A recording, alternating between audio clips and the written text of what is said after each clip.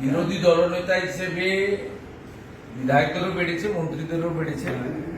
বিরোধী দলনেতা হিসেবে আমি যে বাড়তি বেতনটা পশ্চিমবঙ্গ সরকার আমাকে দিচ্ছেন 40,000 টাকা করে, এটা অনেক আগে বিধানসভায় পাশ হয়েছে এবং আপনার রাজ্যপালের সাইন টাইন ইত্যাদি, এটা এখন কার্যকর হয়ে গেছে এবং আমার তো না নেওয়ার উপায় নেই, কারণ অ্যাকাউন্টে পাঠায়। আমি এর আগে সংগ্রামী যৌথ মঞ্চের অনশন মঞ্চে গিয়ে ঘোষণা করেছিলাম, ওদের অ্যাপ্রোচ করেছিলাম, কাউকে কিছু দিতে গেলে তার কনসেন্ট নিতে হবে। আমি অ্যাপ্রোচ করেছিলাম যে সরকারি কর্মচারী, শিক্ষকদের, পেনশনার্সদের যে ডিএ আন্দোলন, এই আন্দোলন এখন সুপ্রিম কোর্টে আইনি লড়াই চলছে।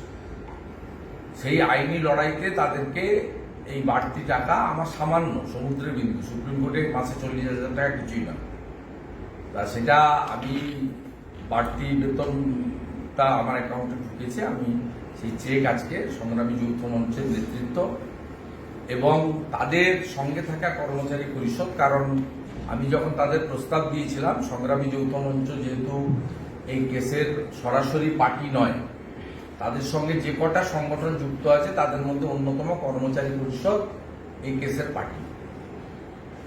সংগ্রামী যৌথ মঞ্চের নেতারা সেদিনও আমাকে বলেছিল যে আমরা টাকাটা আপনার এইটা গ্রহণ করব, মহৎ উদ্যোগ, আমরা এটা কর্মচারী পরিষদকে দিয়ে দেব, তারা লয়ারদেরকে পেমেন্ট করবেন বা ল ক্লার্কদের পেমেন্ট করবেন, সুপ্রিম কোর্টে যাতায়াত খরচ করবেন বা এই খাতে ব্যয়।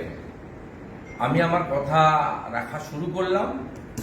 যতদিন আমি এই রাজ্যের বিরোধী দলনেতা থাকবো এবং বাড়তি এই বেতন 40,000 টাকা দেবেন পাবো, আমি প্রত্যেক মাসেই এইভাবে ছবি তুলে নয়, আরটিজিএস করে বা চেক তাদের কাছে আমার কোনো লোক পৌঁছে দিয়ে আসবে।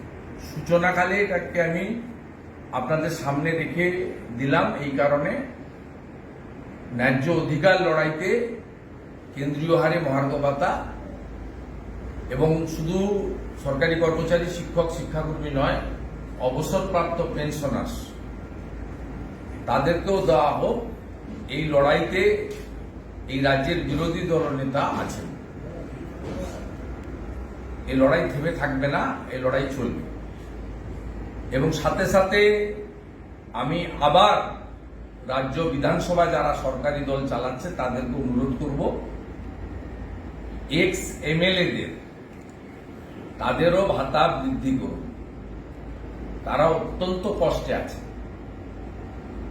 তারা বয়স্ক মানুষ এবং তৃণমূল কংগ্রেস রাজনৈতিক দৃষ্টিভঙ্গি নিয়ে দেখেছে এক্স এমএলএদের মধ্যে বেশিরভাগ হচ্ছে বামফ্রন্টের, কিন্তু বামফ্রন্ট ডানফ্রন্ট না দেখে এক্স এমএলএদের জন্য তাদের ভাবা উচিত এবং ভাবার সাথে সাথে সরকারি কর্মচারীদেরও কেন্দ্রীয় হারে মহার্ঘ ভাতা দিয়ে দেওয়া উচিত। কারণ মুখ্যমন্ত্রী তো এখন অনেক ভোটও পেয়ে গেছেন, 2,71,00,000 ভোট পেয়েছেন, 29টা আসন পেয়েছেন, ওনারা কোনো সমস্যা থাকা উচিত নয়। এবারে দুহাত ভরে তার দিয়ে দেওয়া উচিত, এটা আমি আশা করি।